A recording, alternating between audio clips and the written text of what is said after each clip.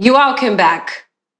Today, we've been the light again on export because export is no longer just an opportunity, it's a necessity for wealth creation, foreign exchange earnings, and economic stability. But beyond the ambition to export lies a more fundamental question: access.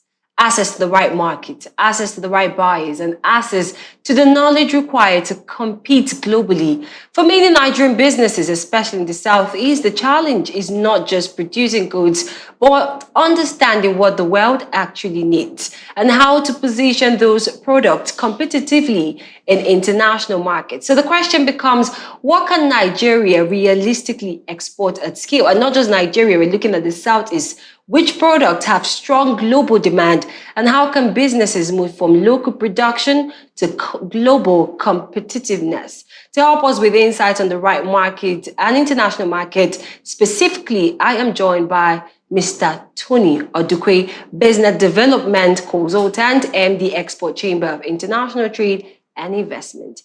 Mr. Tony, you're welcome once again. Thank you once again. Good morning. Yeah, so you have knowledge on the subject matter, so you are going to give us a few. I just want to head straight to this. How can Nigerians and Southeasterners significantly know that this is the right international market to plug into? We have lots of countries placing bans, tariffs, some are exiting from ECOWAS and all of those kind of things. What are the right markets currently if you want to export your produce and products out of Nigeria? What are the right international markets? Every market is the right market, right? Okay. But for those of us who are practicing exporters, we like to look at income per capita. We like to look at GDP. All right. So that allows us to know the countries that have purchasing power. You don't want to leave a dying economy and go grapple with another dying economy, right? So you want to export to financially, viable economies where the currencies have strength and the citizens have purchasing power.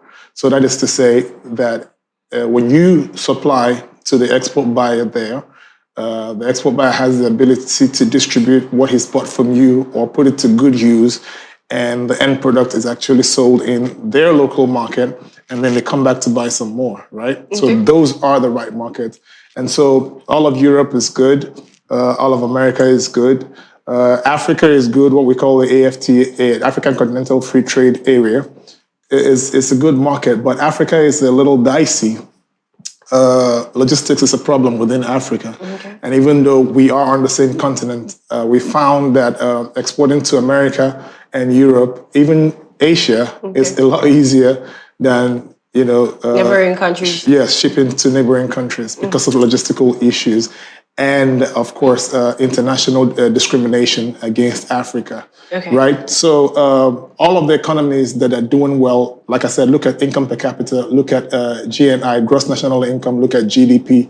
Those countries that have these healthy indices are a good destination for Nigerian goods. Okay. When I mentioned the right market, right, the right international market, I was looking at the fact that we are looking at export from the non-oil export segment, right? Yes. And we have lots of people competing for that as well. There are many countries that are vein into that. They don't want to rely on the minerals. They just want to export things that they're able to produce, finished goods or raw materials. And that's the reason. What are the right international...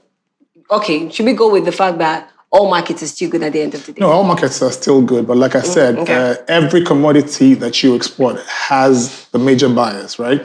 And so for those of us who are in export, there's something we call the exporter's map, right? Okay. It's a booklet, but when you open it, it turns into a 3-foot by 3-foot map, right?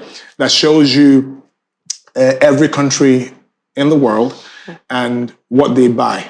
On the reverse side is what you find a list of countries on the global map and what commodities they buy. On the other side, on the front side, what you have is a map of Nigeria and locations where you can find over 1,000 exportables, right? Okay. And so that allows you to know the countries that actually, if you're talking about cocoa, it allows you to know the best countries to target for cocoa, right? If you're talking about cashew, which is our forte in the Southeast, Southeast is the biggest producer of cashew in Nigeria. And so if you want to export cashew, you learn through that map and through other research that you may delve into what are the best markets for cashew? If you're talking about timber, if you're talking about cassava, like I told you, Nigeria is the largest producer of cassava in the world. China is the biggest buyer of cassava in the world. So it's only normal that you're going to want to export to China.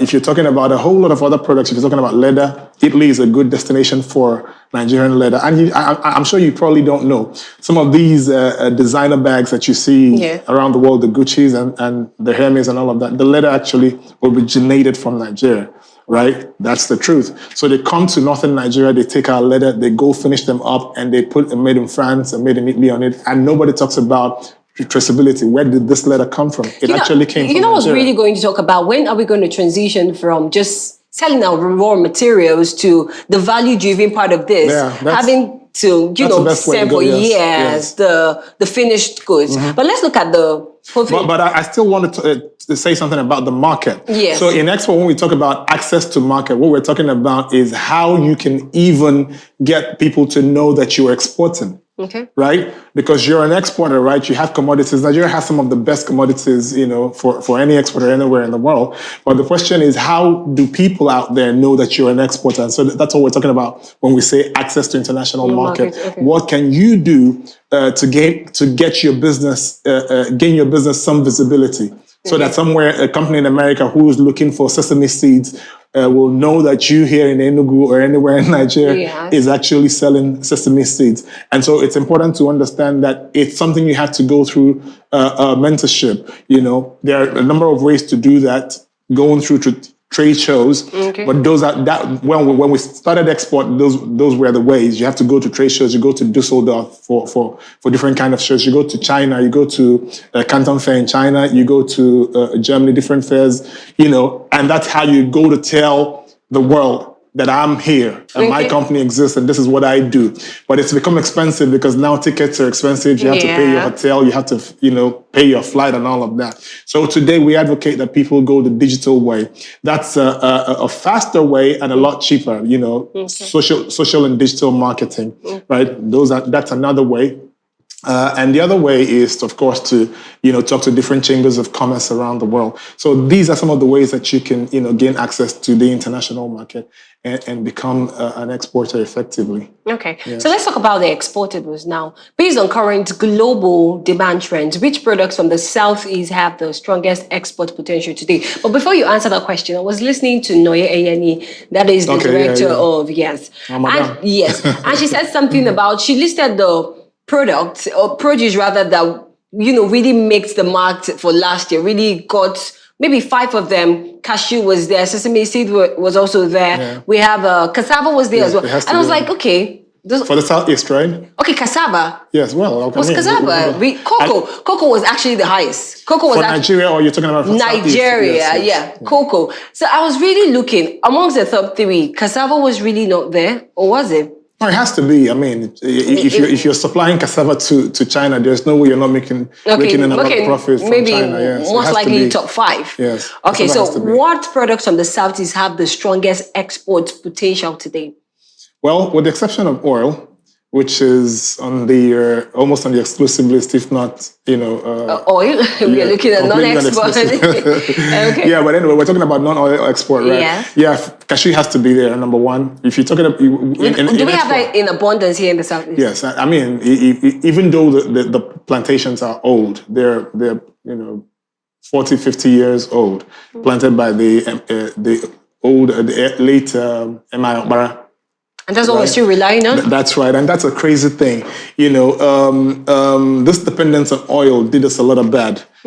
So our politicians, have relied majorly on oil and have refused, and for so many years refused to diversify the economy, right? Because the seeds that we're exporting today were planted 40, 50 years ago, right? But today we have a new seeds that were developed in Brazil, or we call the jumbo seeds. These are in global demand right now. And so even though we would like to say in the Southeast that cashew is one of our fortes, but really the seeds we have aren't that much in demand anymore. But because cashew is globally in demand and you can never produce enough, they're still buying from us. So you can imagine that some countries in Asia who are not even farming cashew, who are not even in cashew production, will come to Nigeria buy up all the cashew we have and go to some place like Thailand and buy, because there are gradients in cashew, grade A1, A2, A3, just like that, So they take the highest grade, take our low grade, mix it up and come to the middle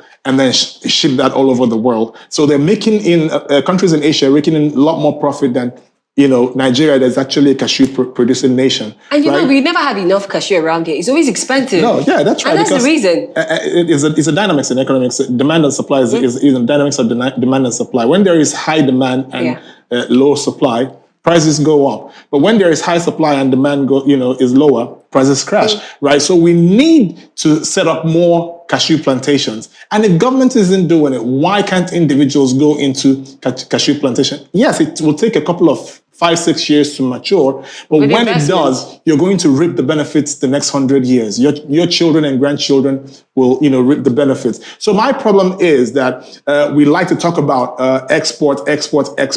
But what I say is we need to end the exportation of raw materials and start exporting finished products. So that way we can determine, our prices in the international market. Ghana did something beautiful. For so many years, Ghana had always exported cocoa. Ghana and Cote d'Ivoire are the largest producers of cocoa in the world, right? And for so many years, they exported raw cocoa. But a couple of years ago, the government said no more. Now we're going to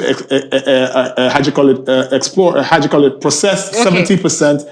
And export 30%. That's beautiful. That's what Nigeria needs to be doing. So what they're selling for chocolate? Yes, I mean, can you imagine? Yeah, all of the chocolate that you see in the world are coming from basically Ghana and what I was saying, the finished product, the 70% that they have to keep processed into chocolates. Yes. Oh, really? So they set up chocolate manufacturing plants in Ghana now that processes their 70%, and so that way they can determine the prices they sell. Can you imagine? For so many years, all the chocolate cocoa. It originates from Africa. Yeah. They take it over there, overseas, process them, and send them back to us for an arm and a leg. It's crazy. Now, a country like Holland, I believe it is, has a product that either Holland or Switzerland that they've developed. They call it a brownie, and that's processed cocoa in powder.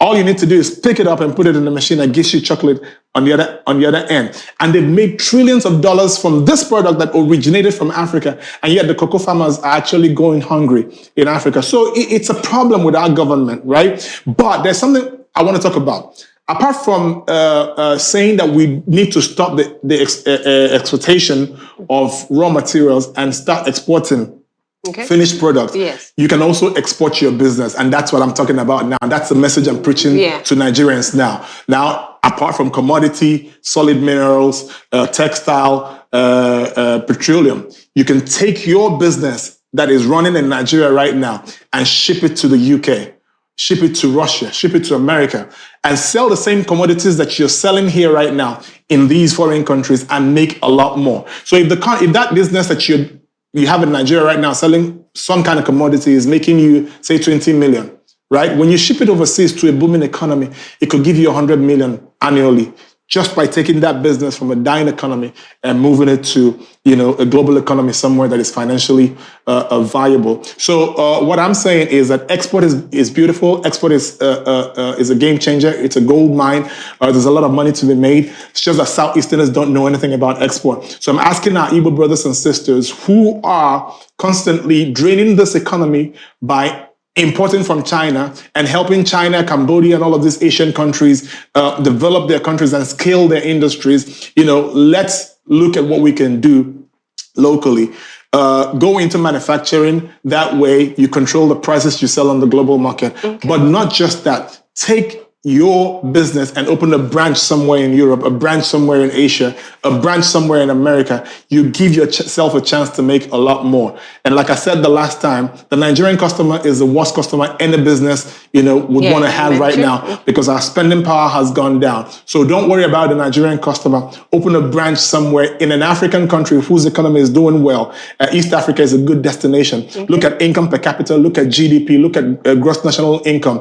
If these indices actually check, that tells you that that's a good location for your business. Open a branch office there. Dangote did exactly the same thing. For so many years, he grappled with Forex, especially when he was trying to build a refinery, central bank wouldn't give him forex. So what did he do? He branched out, opened up, factories and installed different businesses in different African countries and beyond. Right now, all of those businesses are making profit and repatriating their profit to Nigeria in foreign currency.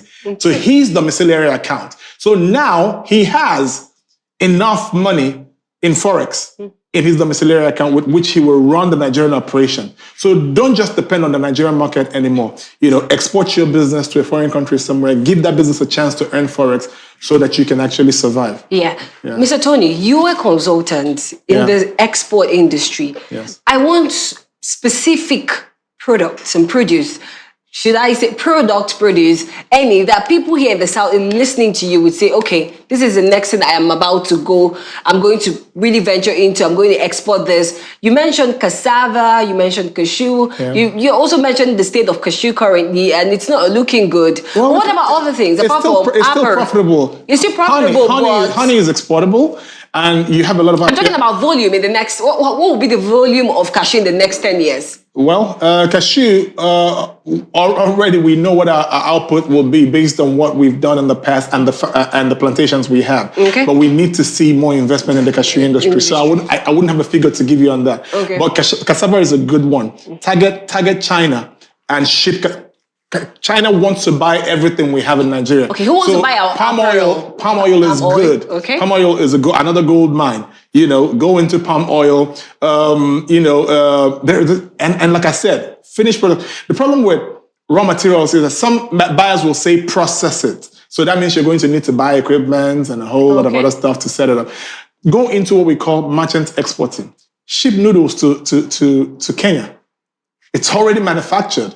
It has a stamp of approval from Standard Organization of Nigeria, from NAFDAC. They have the ISO 2000 or whatever figure they need to have. So these are finished products that you simply need to buy from the market or from a distributor somewhere and ship them to East Africa and rake in a lot of money, right? So the beautiful thing about export, from my experience, is that you take a commodity that's selling for 20 naira here, and then you ship it overseas and you sell it for 100, 150, 200 naira, and then you're making a lot of profit. And the beautiful thing is that it's coming in foreign currency.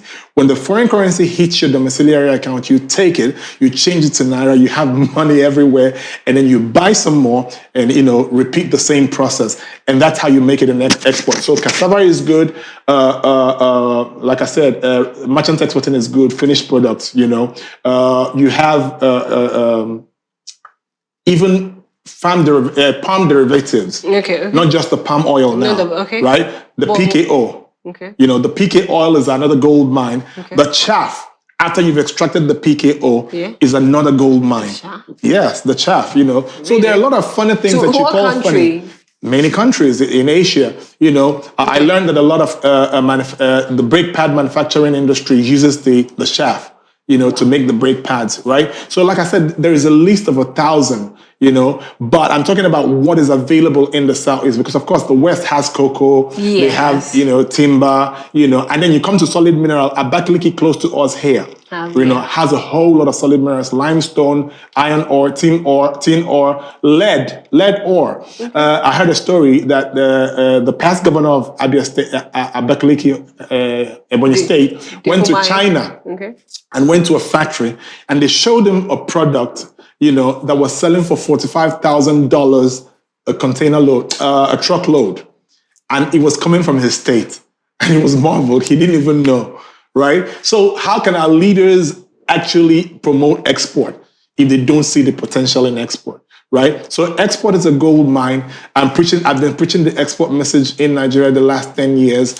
and I'm calling everybody, to come do export with us. Yeah. Let's teach you some export, yes. Please teach you some export. Yeah. You mentioned the profit part. Let's look at the logistical risk and everything. Yes. We're saying you would get this. There are duties to be paid. There are levies where you get to this border, the next border. Let's say you're traveling from Nigeria to Burkina Faso, you would definitely cross how many customs? That's if you're going by road. Yes. But Burkina Faso is right here, so you really have to go by road. Yes. You see, again, Africa has been colonized for so many years. Now, after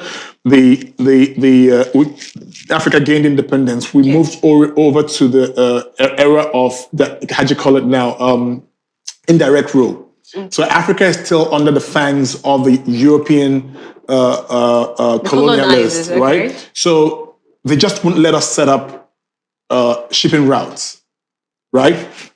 You can't take a commodity by ship from Cape Verde all the way to Nigeria or even all the way down south. They won't let you do it. I met a Brazilian businessman, a millionaire.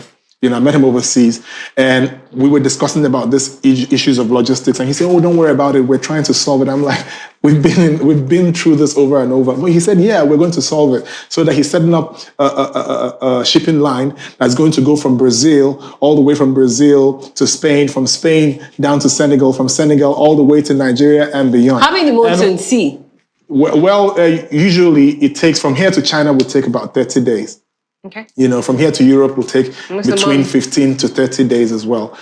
So these are established routes with, established time frame. Okay. So we were so excited that this was going to happen eventually, but it never happened, right? So there's a reason we are not able to intra-trade in Africa. We have ratified the African Continental Free Trade Agreement. I was part of the people that drafted the policy of the African Continental Free Trade Area. I was part of the team that also validated that policy. But now my question is, how are we drafting a policy that would help Africans intra-trade, and the United Nations is the organ that is sponsoring it? And so we did all that work. Okay. We did all that work, and the United Nations owed us money. So that is to say that they can never be committed to intra-African trade. We did all that work, and we were owed money on the job that we did. And after the job was done, who was it submitted to? United Nations, who would sit on it and make sure that Africa does not intra-trade. Our leaders need to sit up. Our leaders are not serious. Because if our leaders were serious about intra-African trade, that will be the move that changes the dynamics of African, economics. Okay. Right? Because how is it easy for me to ship a container from here to France and pay, say, for example, maybe about 6,000 euros to ship a container from Lagos to France? But if I were to ship the same container from Nigeria all the way to South Africa, there's no vessel. We have to travel all the way to maybe Portugal, from Portugal to Holland, and then Holland, down to South Africa. It's crazy. At the end of the day, the cost becomes enormous and unbearable. And it's just because our leaders do not understand export and the potential it holds for our local economies, and they just don't want to do it. Yeah. Because, of course, they are the paymasters, they are on the paymaster's payroll. So it's really sad what is happening in Africa and in Nigeria. Let's talk about Nigeria because we are Nigerians. The same problem is what we have here. Our leaders have to take exports seriously and make sure that they set up, a logistical infrastructure that makes it easy for us to intra-trade in Africa. I don't know if I answered your question. But you did. But export is the way to go. Okay, you did. Our leaders definitely in the government have a huge part to play in all of this. And we beseech them, do the needful. As a consultant, what would you advise someone who is listening and they want to take, steps to becoming an exporter? You've mentioned get your export license. They would be thinking, okay, what amount, what product or produce should I start with? Okay, beautiful. Yes. It's good that you brought that up. Export is really easy, right? The easy part, people say, how much do I need to have to go into export? You don't need money to export. No, trust me. Trust me. Okay. The export buyer, that's why it's a sweet business. I call it a sweet business. The export buyer pays for the export. The person in America who wants to buy from you gives you money for the export. Okay, we're looking at someone who has no connection anywhere. They just want to export to a market. I'm coming there. Okay. Now, first of all, register a limited liability company, okay? Or register an NGO or a cooperative. When that is done, go to NAPC, get your license for $13,500. Now, on paper, you are officially an exporter, okay? Now, you need to learn the business of export, and this is where we come in. We can teach you that, right? But now, look at it. A lot of you have Facebook, social media. I tell you a story. There's a girl who set up a fish farm, a catfish farm. She was never intending to export. Her interest was her local domain. So she set up this fish farm, and after she harvested the fish, she roasted them and put them on her Facebook, hoping that somewhere in her city, somebody would call her and ask for fish. But because of the power of social media today, somebody in America found this girl's post and reached out to her and said, I need to buy it all. Right? And this is how this girl unintendedly became an exporter. And today she's shipping, roasted fish to America. So social media allows you to become an exporter, to find the market. Forget about trade shows. Those are expensive. Go social media, Instagram, Facebook, LinkedIn. Set up this account. Begin to post about your product on these platforms. Do it consistently, 2-3 posts every day. By 6 months, sometimes a lot less, somebody would have found you somewhere who would begin to ask about your product. So it's really that simple. Go the social media route. Instead of wasting your time, snapping pictures of you doing funny things out there, post the products that you want to sell. Right, and it can be anything. I told you a story of a fish girl. Yeah, right. Yes, it could be crayfish. It could be stockfish for Nigerians living in these international, domains globally. It could be Chinese people. Right, people are reaching out to me from London. People are reaching out to me from different parts of the world because they've seen, my post online and they're making inquiries and they're ending up putting money in my pocket, because I'm, posting stuff that are useful to me and my business on social media. So take that your business and plug it to the digital. Leverage.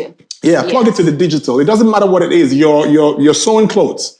You're sewing African fashion with African fabrics. Those are in demand overseas. But instead of just sitting there and hoping that a customer walks into your shop, make them beautifully and put them on social media. It gives you a chance to be discovered. That's what we call visibility. Yeah. And today, visibility is currency. True. And social media helps you to gain visibility and make a lot of money. Yes. Yeah. Mr. Tony, what will be your last word? Let's do export. Let's do export. Let's do export. Southeasterners, forget about importation. You're working for the banks. Yes. Okay? Let's do export and you'll see yourself keep most of your income. Yes. And if you have no knowledge, that's where he comes to play. You reach out as a consultant in this business, in this area, and he would lead you through the right market, the right international market to send you produce or product to, and how to leverage. But make sure you leverage with social media platforms. Do the best that you can. Thank you very much, ladies and gentlemen. And to you, Mr. Tony Odukoye, thank you for coming on the show. Yeah, that's it for today. We thank you so much, because the Eastern Business Report and the Afri Business Morning returns on Monday and has come to an end today. Many thanks for staying with us. My name is Norma Anuwenek. Bye for now.